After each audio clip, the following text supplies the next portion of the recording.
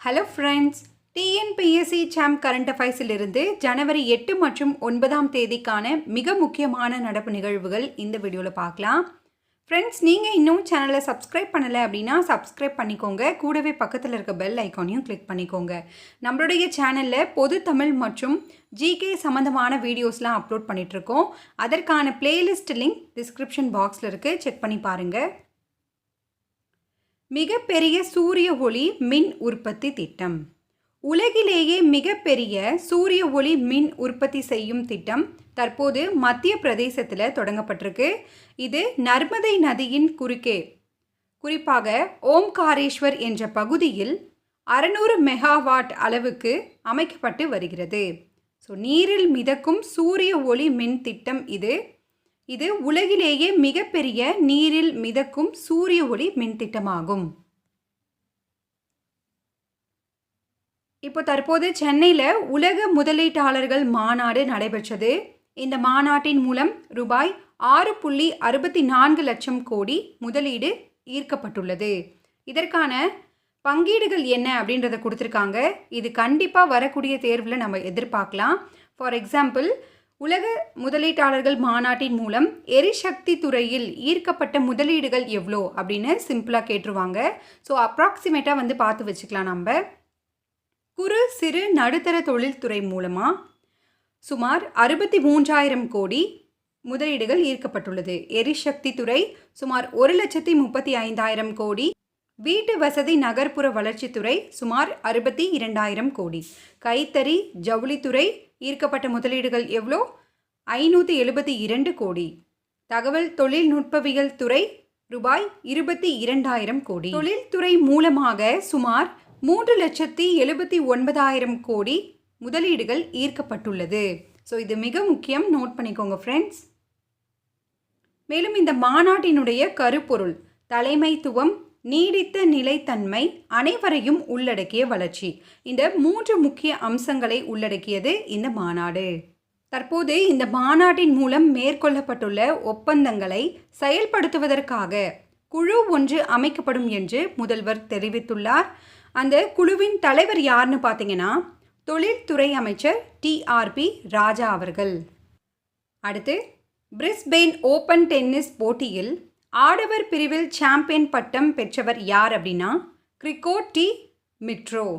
மகளிர் பிரிவில் சாம்பியன் பட்டம் வென்றவர் எலானா ரைபைகினா. அடுத்து, வங்கதேசத்தில் தொடர்ந்து 4வது முறையாக பிரதமராக ஒருவர் தேர்ந்தெடுக்கப்பட்டுள்ளார். அவர் ஷேக் ஹசீனா. வங்கதேசத்தின் 12வது நாடாளுமன்ற பொது தேர்தலில் அவாமி லீக் கட்சியை சேர்ந்த ஷேக் ஹசீனா தொடர்ந்து 4வது முறையாக பிரதமராக தேர்ந்தெடுக்கப்பட்டுள்ளார். அடுத்து, 58வது மாநில காவல்துறை தலைமை இயக்குநர்கள் மற்றும் காவல்துறை தலைவர்கள் மாநாடு எங்கு நடைபெற்றது அப்படின்னா ராஜஸ்தானின் ஜெய்ப்பூர் நகரில்.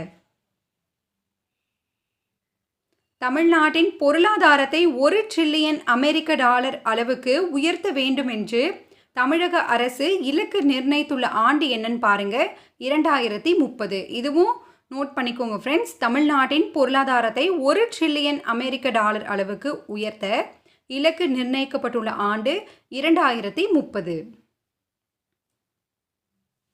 தற்போது மத்திய அமைச்சரவை பிருத்திவி விக்யான் என்ற ஒரு திட்டத்திற்கு ஒப்புதல் அளித்துள்ளது. இது சுமார் 4,000 கோடி மதிப்புடையது.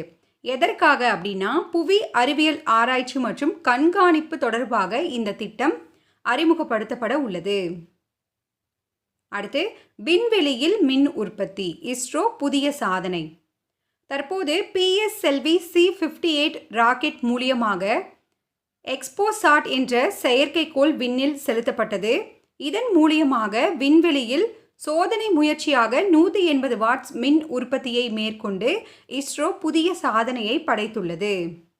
ராக்கெட்டின் 4ஆம் நிலையான PS-4 பகுதியானது சுமார் 350 கிலோமீட்டருக்கு கீழே இறக்கப்பட்டு ஆய்வு நடவடிக்கைகள் தொடங்கப்பட்டன. இந்த PS-4 பகுதியில் இருந்து ஹைட்ரஜன் மற்றும் ஆக்சிஜன் ஆகியவற்றை கொண்டு கருவிகள் மூலமாக 180 வாட்ஸ் அளவுக்கு மின் ஆற்றல் உற்பத்தி சோதனையை செய்து இஸ்ரோ சாதனை படைத்துள்ளது. கூடுதல் நடப்பு நிகழ்வுகள். 2023ஆம் ஆண்டிற்கான குவெம்பு விருதை பெறுகிறார் புகழ்பெற்ற பெங்காலி எழுத்தாளர் ஷிஷேந்து முகோபாத்யாய். பாரத் பார்க் என்ற பிரத்யேக வர்த்தக மண்டலத்தை ஐக்கிய அரபு எமிரேட்ஸில் நிறுவ இந்திய அரசாங்கம் திட்டமிட்டுள்ளது. பாரத் பார்க் எங்கு அமைய உள்ளது? ஐக்கிய அரபு எமிரேட்ஸ். ஒவ்வொரு ஆண்டும் புவி சுழற்சி நாள் ஜனவரி 8 அன்று கொண்டாடப்படுகிறது. இந்த வருடத்திற்கான கருப்பொருள் நமது கிரகத்தின் இயக்கத்தின் கண்டுபிடிப்பை கௌரவித்தல் என்பதாகும். தற்போது அமெரிக்கா பெரக்ரைன் 1 சந்திர லேண்டரை வெற்றிகரமாக விண்ணில் ஏவியுள்ளது. சமீபத்தில் பெரக்ரைன் 1 சந்திர லேண்டரை விண்ணில் செலுத்தியுள்ள நாடு எது அப்படின்னு கேட்கலாம். அமெரிக்கா. அடுத்து வெளிநாட்டு வாழ் இந்தியர் தினம் ஜனவரி 9ஆம் தேதி கொண்டாடப்படுகிறது. தென்னாப்பிரிக்காவிலிருந்து காந்தி இந்தியாவிற்கு திரும்பியதை இது குறிக்கிறது. இந்த வருடத்திற்கான கருப்பொருள் புலம்பெயர்ந்தோர் அமிர்த காலில் இந்தியாவின் முன்னேற்றத்திற்கான நம்பகமான பங்காளிகள். அடுத்து 4 Stars of Destiny and Autobiography என்ற தலைப்பில் தனது சுயசரிதையை எழுதியுள்ளார் முன்னாள் இராணுவ தளபதி மனோஜ் முகுந்த் நர்வனே. புக்ஸும் நமக்கு எக்ஸாமில் கேட்பாங்க, ஸோ பார்த்துக்கோங்க. 4 Stars of Destiny and Autobiography என்பது யாருடைய நூல்? மனோஜ் முகுந்த் நர்வனே. உங்களுக்கான கேள்வி, உலகிலேயே மிகப்பெரிய சூரிய ஒளி மின் உற்பத்தி நிலையம் எங்கு அமைக்கப்பட்டு வருகிறது?